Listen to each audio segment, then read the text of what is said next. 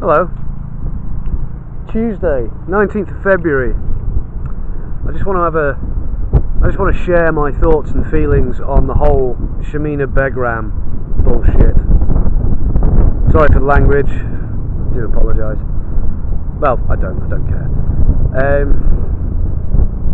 So we were told a few days ago that Shameena Begum wants to return to this country to give birth to her child.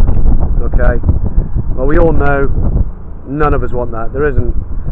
I refuse to accept there are very many people in this country who think that's acceptable.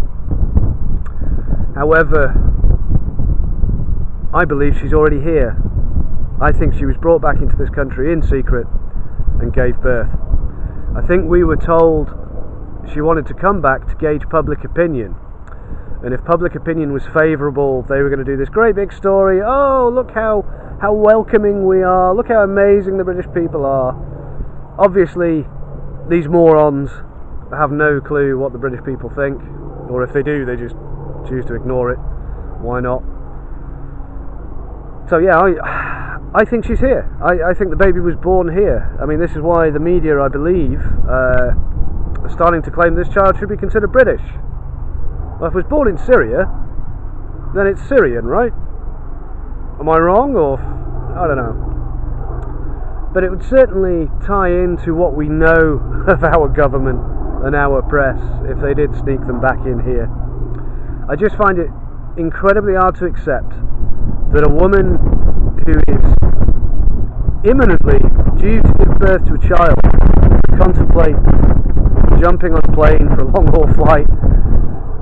I can't see an airline allowing that. I've never worked for an airline. I'm not fully up on airline procedures, protocols and all that, but I can't see it, can you? The whole thing stinks to high heaven.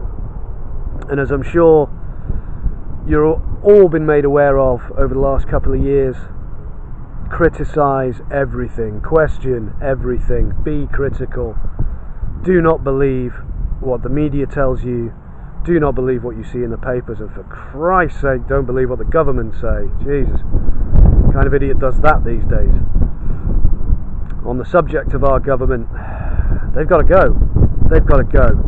They are criminals, corrupt to the core, rogue. We've got to get rid. In this country, the way I see it, we've only ever had a choice of puppet A or puppet B, and that's got to change. I think we owe it to ourselves. Whether you consider UKIP to be racist or not, I don't think is relevant anymore. I really don't. This is not about left or right. It's not about black or white. It's about right and wrong, and that is it. Those are the key things we got to focus on. What's right, what's wrong. And there's a lot wrong in this country at the moment, my friends. A lot. And the only people who can put it right are us. Big step in the right direction would be getting UKIP into number 10. Now, I'm under no illusion.